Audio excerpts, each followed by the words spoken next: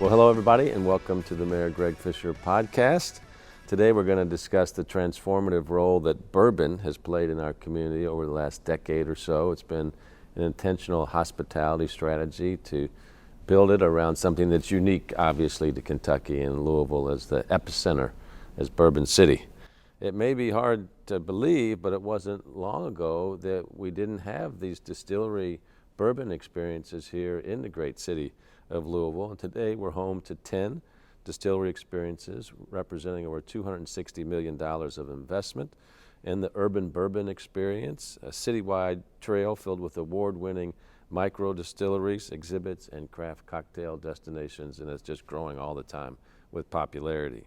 And we recently just had an entire festival around music, food, and bourbon. People came from all over the world, Bourbon and Beyond, a tremendous success by Danny Wimmer Presents. So an entire economy has sprung up and is supported by bourbon and bourbonism here in Louisville, bringing new investments and jobs and attracting an astounding 19 million visitors to Louisville pre-pandemic, and we're rapidly approaching that number now. And so this wasn't an accident. Over the last 12 years, we've worked intentionally with many businesses and other institutions and partners to make this happen. So today, we're going to talk about the work that's happened and what's ahead. With us are Fred Minnick. Fred is the world's foremost authority on bourbon, and Karen Williams, a longtime leader in Louisville's tourism sector, and is responsible really for growing the bourbonism hospitality concept into a word that's now accepted all over the hospitality and tourism industry. So really honored to have both of you here today. Thanks for having me. It's weird to be on this side. Right, right. I'm usually interviewing him. That's right. So. Well, Truly a pleasure. Let's see how this goes. Right.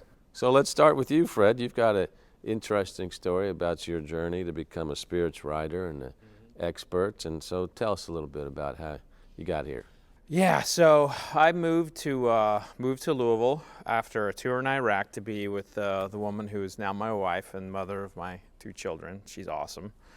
And I was a writer, and I got this job as a food editor, and I didn't really know a whole lot about covering the food industry. But when you write about food, you eventually write about alcohol, and I started writing about alcohol around 2005, 2006. But at the same time, I was, like a lot of soldiers coming home, I was really struggling. And I had a lot of issues that I knew if I didn't deal with, I'd either end up dead, homeless, and most certainly jobless. So I left my position at a company called Net World Alliance on the east side of Louisville, I think in Anchorage actually, and I started focusing on myself, and I basically checked into the Louisville VA. And it saved my life. It saved my life in a lot of ways, and it also taught me how to enjoy life again. When you go through therapy, any kind of therapy you go through, often you go through like just talking, and there's cognitive, processing, there's exposure therapy. And then I was introduced to a technique called taste mindfulness, and that was where I basically would focus on what I was tasting. It started with like a barbecue potato chip. I put a barbecue potato chip on my tongue, and I would think about it, like how the sugars like separated from the salts and the areas of the tongue it was populating. Now at this point, I had kind of gotten my foot in the door in the bourbon industry, as well as I was covering wine. And so I was training with like a lot of master sommeliers and a lot of master distillers. And this light bulb went off. This taste mindfulness technique could be used and applied in bourbon. And so this happened, and this light bulb went off around 2009 or 10. And you were in the VA when? 2006 is when. So it took me 3 years to kind of get past that point of like, you know what? I'm not going to jump off the bridge today. I'm going to live, and here we are. I'm going to expand my life. And that was one of the big moments for me. And that was a time when there was not really anyone covering bourbon. There was some blogs and all the whiskey media out there would include Scotch, and there was only one person really in the world who focused on bourbon solely in the journalistic side. And so I decided to to really hone in on covering bourbon. So I started covering bourbon like a journalist, and that was like I would cover lawsuits, I would cover, I would reveal people's recipes, like because this was a time there was no transparency. So this is around 2010? Yeah, 2010. There was no transparency in bourbon. People would not tell you the recipes, and so I would start reporting on that, and that kind of grew my presence in the industry, and the people in the industry loved it. The marketers in New York and in London didn't care for that too much, but people in Kentucky loved it, and that's where how I kind of grew my name. But the big moment for me, that first big moment for me, was when I wrote a book called Whiskey Women, and that was basically telling the stories of all these women who had made an impact in bourbon and Irish whiskey and Scotch and never got any credit. And so that book came out in 2013, and I wrote several books since then. But also around that time, I interviewed you for all the things that you were starting to do in bourbon, and that was kind of approach I took, was that I was looking at bourbon as like as something to cover like a sports team. And when you have books, you have to promote the books, and so I would do all these events, and I'd eventually find myself on stages, interviewing distillers. And around that time, when I was doing those kinds of things, Danny Wimmer was in the crowd scouting me to help with what would become, Bourbon and Beyond. But that's, now I've been on Top Chef, a show called Moonshiners. I'm developing my own TV show now. I've got several podcasts. Everything I do, I try to sprinkle. I try to bring bourbon with me as I'm like interviewing musicians and stuff now. So I'm kind of like, I'm so thankful for so many things in this world that I'm lucky to live. But it really does all go back for me to, getting in the VA and making sure I got some help. So let's just go down that road a minute. I mean, what would you say? I mean, there'll be veterans listening to this right now that, we lose 21 veterans a day in active military to suicide. Yeah. What would you say to a veteran that's listening to this right now on what your journey was about and what you learned by when you finally said, I got to go to the VA? Well, when you're in the military, you're taught to be tough and, fight through a lot of things. And that's very important for especially when you're in combat. You need to have that. But when you get home and you're out of that presence, it's like the world didn't stop because we were doing something. And it was just so hard to grasp that. And if you don't focus on getting yourself to live in this new life, I mean, I'm not the same. No one's ever the same after being in combat. But everything that like bothers you, the irritability, the anger, that all stems from what we went through. That we showed up and we stepped up for our country, and we deserve to live again, to have a life. And a lot of times, we find ourselves abusing substances, doing things to keep us from, numbing the pain or ignoring or avoiding the issues that are causing us there. And I'll tell you, it's hard. It is hard to sit down and relive those moments in therapy. But it's every day I walk downtown Louisville, every time I'm here, I look up on the rooftops and I look for snipers. It's an instinct that I have. It has never gone away. The difference between now and 2006 is that I don't crowd in like fear of that. I just look up, keep walking. And like, if you can, there's so many things that can keep you from having a life in the veteran community. And if you can just work on that and get in there, you will find happiness in ways that you could not possibly imagine. And my path was unique. And my wife my wife is the actual director of mental health for the VA here now. She was not when we were dating. She was in nursing school back then. But, she tells people all the time that, we don't tell people in therapy to get into the bourbon industry. Yeah. But the thing about the bourbon community, we don't talk about like, hey, let's go get drunk. That's not what it's about. It's about appreciating a spirit, and it's not about abusing it. And there's also a lot of veterans in the bourbon community, and we support one another, so. Well, thank you for sharing that. Thank you for your service as well. And it's been extraordinary to see your development as an entrepreneur, as a former entrepreneur. It's been really fun to see.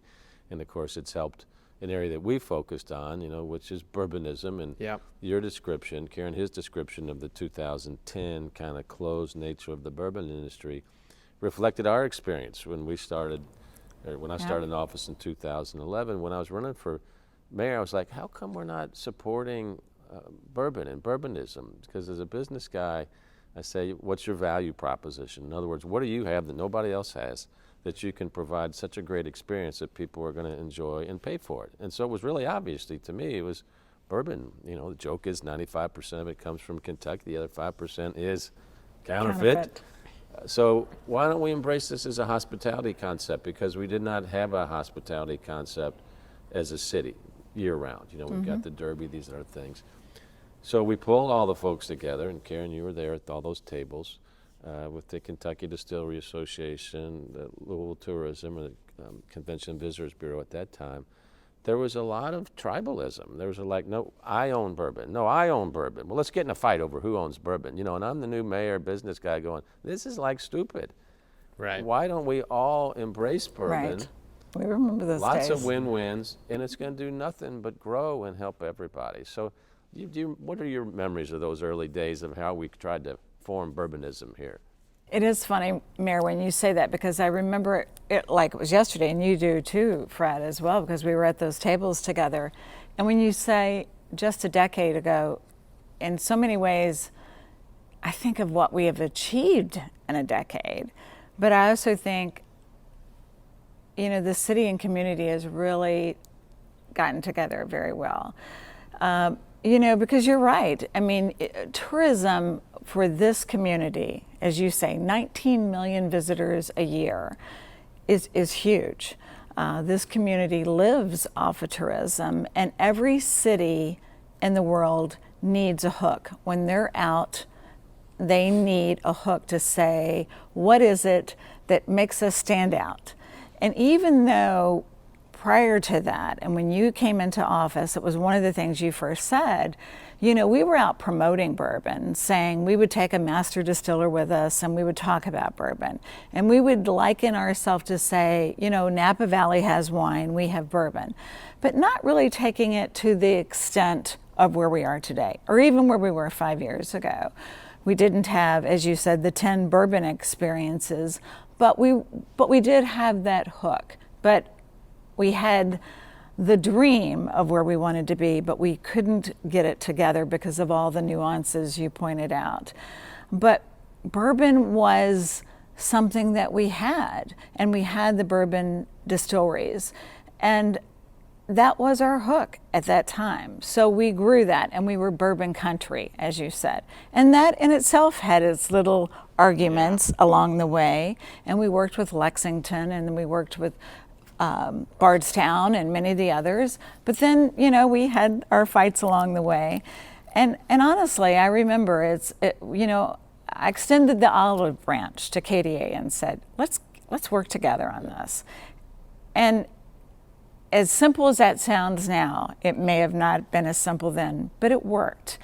And, when you called me and asked me to do this, I was looking back at some paperwork, and I think the proudest moment is when in 2021, I got the Lois Matus Bourbon Award. Yeah. And it just, because I thought, oh my goodness, to get to that point, and that's KDA nominated me for that. So think about that, to nominate, for them to say, Karen and Louisville did that. It was the proudest moment. But this community, and really, Mayor, you got us to the table. I can't tell you how many crowds I stood in front of when we brought a convention. to say 95% of the bourbon, or I'd be out in the crowd and I'd say counterfeit. But we had it together. But where we've been in a decade, I mean, it is now more than, it's not bourbon country. We are Bourbon City. We have the urban bourbon trail. It's not about, and nothing against Nashville. I was just in Nashville. When you say, we never wanted to be in Nashville. You never want to be another city of what they have. Bourbon is classic. It's a classic nectar. But it's more than just a bourbon. It's about, like you said, bourbonism. And Webster should say, Greg Fischer, bourbonism. You are the doctor of bourbonism. True. That's true. I mean, it's about the food. It's about the experience. It's about Danny Wimmer. And there's going to be so many other things that follow because of what you did, bringing us together. Well, and to Fred's point, we wanted to make it a 5-star experience all along. It's not about coming and getting trash drinking bourbon. Exactly. But we needed some of these experiences. So the early days weren't that, once we said, look, we're doing this for a good reason, everybody got on board real quick. Everybody, very quickly. I want to give a shout out to the Evan Williams experience because they were our first experience in town. Harry Shapiro was kind of his brainchild. Yep. Unfortunately, he's passed. Yeah. And I can remember the excitement around the grand opening. And in the excitement, I talked about how Louisville is the bourbon capital of the world. Well, like my phone started blowing up. I'm, what's going on here? Bill Shekels, Mayor Bill Shekels of Bardstown. I said, how dare you call Louisville the bourbon capital of the world? Bardstown's the bourbon capital of the world. I said, well, we'll call ourselves the bourbon epicenter of the world. I said, well, that's fine. That's fine. So from that, I said, well, let's do a little Hatfield-McCoy thing between Bardstown and Louisville. And that obviously was just a small step. But this good-natured rivalry we have within the bourbon industry, how the bourbon industry helps each other as well. Oh, absolutely. And what's really neat, Fred, if you talk about this a little bit, is to see new people getting in the game, entrepreneurs, whether it's micro distilleries, whether it's tourism experiences. We're seeing a whole industry now kind of maybe in the second stage, because I think we're still very early with where bourbonism's going. Yeah, if you look at any like spirits trajectory of historical data, they're 30-year stretches, and the beginning of what we would say is bourbonism really begins between 2008 2012. So somewhere around then is when we started seeing regular Jim Beam white label having double-digit sales growth, and so that's But the difference between that historical data and today is that's always just been based on consumption. And today we have the tourism side. And historically, the bourbon industry has always worked together. Like if a pipe went out, they would lend a pipe, or if someone's fermenters went down, they would lend their fermenters to help them. The greatest example is when Heaven Hill burned down in 1996. Brown-Forman stepped up and started making their whiskey. That's how the industry has always been. And now that you see so much new blood coming into the game, and they're experiencing that. The people, going into the liquor store, the people putting that stuff on the shelf, they're competitors. But the people who make it and blend it, that's kind of like family, with the exception of a couple distilleries that don't want to have anything to do with anybody. But probably one of the really good examples I have of this here lately is Ian Somerhalder. This big-time actor in one of the top 10 movies or TV shows of all time, and in Vampire Diaries, he started a brand called Brothers Bond with his co-actor Paul Wesley, and he's embracing this. He's getting taught by people in the industry, and it's I'm pretty sure he's very close to just completely leaving his acting career in the rearview mirror and just focusing on bourbon. That's how much fun he's having with it. But one of the things he keeps bringing up is how everybody in the industry is supportive and helping him. And he's like, you don't see that in Coke and this restaurant industry. He's like, it's only in bourbon. And the thing about the tourism side is that what has always held this from ever being a thing has usually been politicians who want to who just look at bourbon as an intoxicant, or in the case of like, zoning, it's often like an explosive as well. Like, the Chicago fire was ameliorated because of, distilleries being nearby.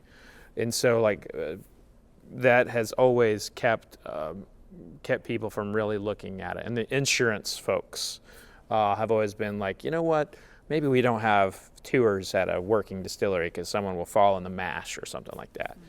But the consumers were like, we want to go. And they have been knocking on the doors of these distilleries for a long time. And they create the Kentucky Bourbon Trail in the late 1990s. And, the Japanese would fly out here to tour it. It was the Japanese. The Japanese were the big bourbon drinkers in the 80s and 90s. And they were a big reason why we even have a bourbon trail. Is because they would just show up at these distilleries and wanted to visit them. And so we talk about where are we with this? I mean, I think we have another 20, we can't really use historical data because we have the tourism angle now that we didn't before. What we have is an actual culture. Mm-hmm. We have a culture of bourbon that now, it transcends wherever you are. And it's actually bringing people together. I mean, one of the greatest examples is what Congressman Yarmouth did with the Bourbon Caucus. That's like the only time those people get along is at the Bourbon Caucus. Right. So, bourbon is so unique and special to our country. And if we didn't have Louisville, the real heartbeat, Well, we decided in our administration to go all in because it was unique to us. And it's an area where we could scale.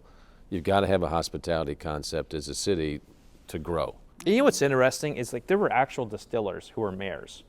Farnsley was a distiller, and he was the mayor of Louisville in 80. So to me, it's fascinating that you are the mayor that has this decision, this light bulb moment to embrace it. When there have been people very tight, close in the bourbon industry hold this position and not do anything with it. Well, another reason was I saw it as a way to bring the rural area into urban with food and great Kentucky farmers. And, when you go to a restaurant here, people want to see where the food comes from. And you put that together with bourbon and the distillery experiences and then going out into the countryside, it's a magical time. I just had some friends here for 5 days from Austin, and they're like, this is something special. There's nowhere else in the world like this. So that's why I think we're very early on. So Karen, tell us, what would be a typical bourbonism experience? If I'm coming here for 3 or 4 days to experience this, what should I be doing? Well, Mayor, I think that when we decided Louisville, and I think of Kentucky, one of the things that we did is that, and this, Mayor, when we went to Frankfurt, we had to quit saying Louisville because sometimes you've got to put Louisville aside when you go to Frankfurt.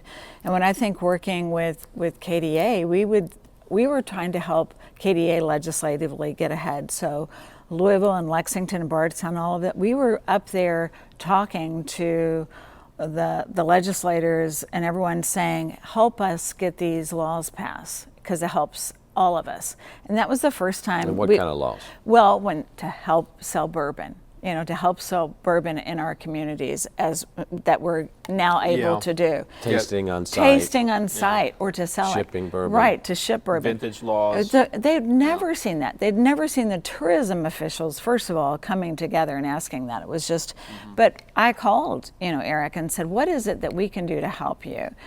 And so then that also goes from an advertising standpoint. And so you say, what can we do? So it would be like your friends coming from Austin. And I remember working with Garden and Gun, Stacey Yates and I. Now when we bring someone in, it's not just, we want them to come to Louisville and spend the night in Louisville. And we have some of the best restaurants, the culinary chefs here in Louisville.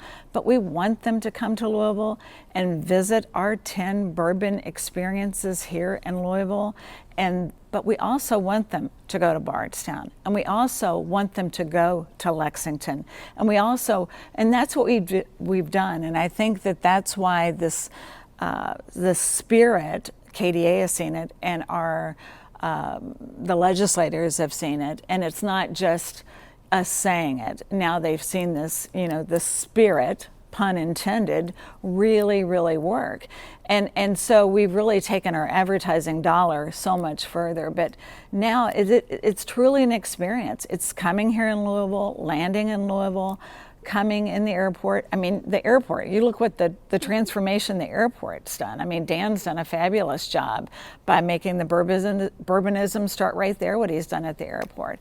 But you come here, you met Julep Tours, what they've done. They're in several of the big, the Omni Hotel.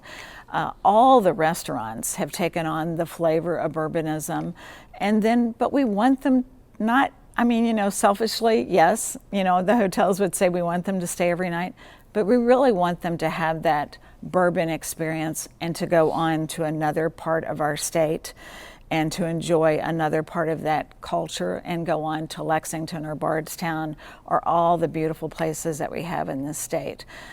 That, in my opinion, will keep bourbon alive for the many decades to come. So it took a lot of things coming together to make this happen. Yes. I'd like for you to talk a little bit about our hotels and how, you know, when Omni made the decision to come here, we were looking for somebody to go on that site. And the reason why the city chose Omni was because they were going to create a hotel uniquely around bourbon, a little bit around horses, that was going to kind of express our hospitality scene. And then the other hotels all contributed as well. But talk about how the hotels come into this play. Well, and again, and we have you to thank. I mean, I think about hospitality over the last and the hotel package. It's a package, and we were flat. You know, our growth of hotels and our convention center package was flat. We increased our hotel package 50%. And Omni really helped us do that, and you working with Omni. But Omni needed that hook as well, and they saw what we were doing with bourbonism, with you leading. And we talk about what you did to engage bourbonism, Mayor, but really it's really tourism. Not every mayor, and I think you always thought I said that to, and now I'm not the president of tourism, but I think you thought I said that just to blow smoke up. But truly, you understood the value of tourism, not just bourbonism, but the value of tourism. And not every mayor understands that, the value of that trickle-down effect of that dollar. But Omni got it, and Omni really embraced it. You go through that hotel, what they did with their bourbon bar, what they've done in their rooms, but I think that's why Omni made that decision. And then you've seen how the other hotels, the Marriott, they have a speakeasy that you're invited to that only very few people get the opportunity to go that speakeasy. Every hotel has embraced that bourbonism. Every hotel has embraced the food and the recipes that go with bourbonism, or the type of rubs that go with bourbon, or the candles that go. I mean, you can go on and on and on. But our hotel package literally went from 3,200 rooms to 6,700 rooms in less than 3 years. And then we expanded our convention center. So again, I think of a decade of people that were in my shoes running a convention bureau. Sometimes it takes a decade just to look at a master plan. And that was the last thing I did when I walked out, when you said, let's okay, we're here, but what's the next 20 years? And now you have Cleo Battle running the convention center, and because of what we wanted to leave is now there is a food and bourbon group that will always be there talking about the future. Again, not letting it get stagnant, but always looking at the future of bourbon. And I just want to throw in, what just gets dangerous when we start talking about particular hotels, because we leave others out. So, you know, Galt House, over $100 million that they put in there. Exactly. Beautiful thing. A bourbon Hotel bar. Distill. Yes. You know, it goes on and on. So kudos to all of our hotels. I just want to put that in as part of the package. Absolutely. You know? And then we want one other thing here as we close out, Fred, here, and that's music. You know, we've got the spirit itself, obviously, hotel lodging, tours, art, music, food. It takes all this to come together. So we wanted to have a bourbon and food festival here in Louisville because there's wine and food everywhere. And when we put out the request, the ideas that came back weren't big enough. And then Danny Wimmer Presents had just finished up year 2 of Louder Than Life. And of course, we've been good partners with them. He said, Mary, we want to do something big for bourbon. I'm like, well, you guys are proven performers. What do you have in mind? He said, let us come back with something. So that's what, of course, resulted in Bourbon and Beyond. We just closed that out. 40,000 people there on Saturday night, 4-day festival, but 40,000 on Saturday to see Pearl Jam, other great bands there.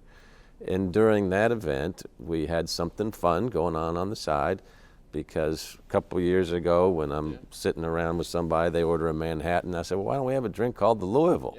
And I gave you a call. I said, Fred, what do you think? And you're like, well, why haven't we thought about this before? So we had lunch and kicked it around and said, well, Karen Williams would be wonderful to run it. We're the idea guys on this. But so talk just a little bit about this, and then how we came up with the Louisville cocktail, and what do you think about that, and where's that going to take us? So I'm amazed that it's over. 'Cause we were working on it pretty intensely there for a bit. But the Louisville Cocktail Committee was a volunteer group, consisted of myself, Karen, your staff, specifically Emily, and DWP, most specifically Doris Sims, who is a saint. I love Doris. And we were trying to, we wanted to have fan voting, and we wanted to have professional judges voting. And I've judged a lot of competitions. I own my own spirits competition, the American Spirits Council of Tasters, and I've been on competitions for a couple decades now. And I've never seen one with fan judging and professional judging. And then we had we had an award. The winner got $15,000. I mean, this is big leagues in the bartending community. And we were trying to figure out how could we make this work and appealing, and have the distillers engaged. And so we came up with this idea of the distillers pay an entry fee and nominate a bartender to make their cocktail, the Louisville cocktail. It had to have bourbon in it. Kentucky bourbon in it. And it had to tell the story of Louisville in their own respective way. Of course, the story would be important for now. Down the road, it won't be as important, because the story will be it won the Louisville Cocktail Contest. And so we had close to 24 entrants, and in the first round, we would kind of weeded through and make sure they had the right recipes. And then the next round, we had myself as the professional judge, Francesco LaFrancone, who's in the Bartender Hall of Fame, and Bridget Albert, who was Obama's mixologist for his inauguration, and she manages all the education for Southern Glaciers. So we had some really high-level cocktail judges for that. And then we had the fan voting. And what was interesting is the fan voting was based on the bartenders' story and how they were making the recipes. It was very interesting to see how the fans voted.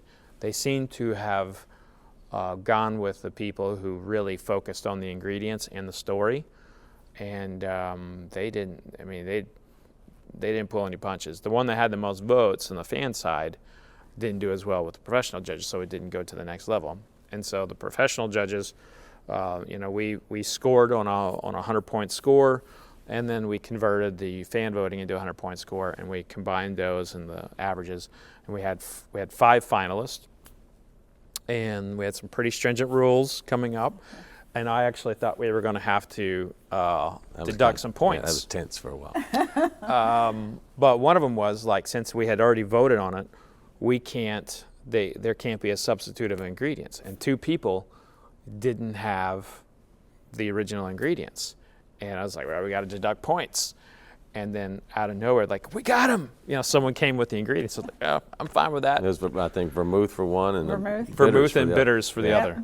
And it was out of nowhere. Out of nowhere. Yeah, that was exhale. So but them's the rules, And the people who would have been judged before could have been like, hey man, they changed your cocktail up. Anyway, so we watched them judge live, or we watched them make the cocktails live. We judged on presentation, originality, taste, story, and can it be duplicated? So those were the 5 things we judged on. The judges were, celebrity chef Chris Santos, Bourbon Hall of Famer and founder of Bourbon Women, Peggy Noe Stevens, Samara Rivers, the founder of Black Bourbon Society. And by the way, she has probably the best barrel pick of Maker's Mark ever. She's awesome. And you and me, we were the judges. Celebrities. And we did the taste off, and we all pretty much had the winner in our top 2. So it was And the winner, S.C. Baker. S.C. Baker. Yeah. Knob Creek is what she used in her cocktail. Yeah. She used Knob Creek, but the thing that I think that really separated her, originality. To me, originality was the metrics. Of originality are like, if it's a spin-off of an old fashioned, then it's a spin-off of an old fashioned. It's you're still giving a nod to the old fashioned. Hers was truly original. It used Chinar, which is an artichoke liqueur. And Chinar and bourbon are really go well together, but not a lot of people use it. It's mostly used as an aperitif. It's in a few gin cocktails, but a lot of people don't use it. So she used a very widely available ingredient in that, but it's not used that much. And great presentation. Great presentation. It was beautiful, but most importantly, it tasted great. Tasted good, and also had really good ice cubes. Ice was important. You got, take away from this, look, if you're drinking good bourbon, you got to have good, clear ice cubes, right? Otherwise, can destroy the whole thing. So that was like a 15-minute lecture. Chris Blanford, one of our biggest sponsors, Kroger's, he asked you that question, Mayor, and you really killed it on ice. So. You were, I have a friend. Ice is important. It is important. Especially drinking a bourbon on the rock. Yes. Yeah. Well, we've come a long way with the ice. Maybe we can do another podcast on that. But yeah, as you all can see, we could talk a long time about bourbon in Louisville here. And I really appreciate you all, Karen and Fred, for being fellow travelers on this journey. It's been fun. We've helped a lot of people. It's going to continue to grow as well. So thanks so much for joining us. My pleasure. Absolutely, Thank you. Okay, so for those of you all tuning in, encourage you to visit one of our great local restaurants, have a nice bourbon drink, stay in one of our great hotels, go on a great tour, be kind to people, and spread the word about bourbonism. I'm Greg Fischer. Thanks for joining my podcast.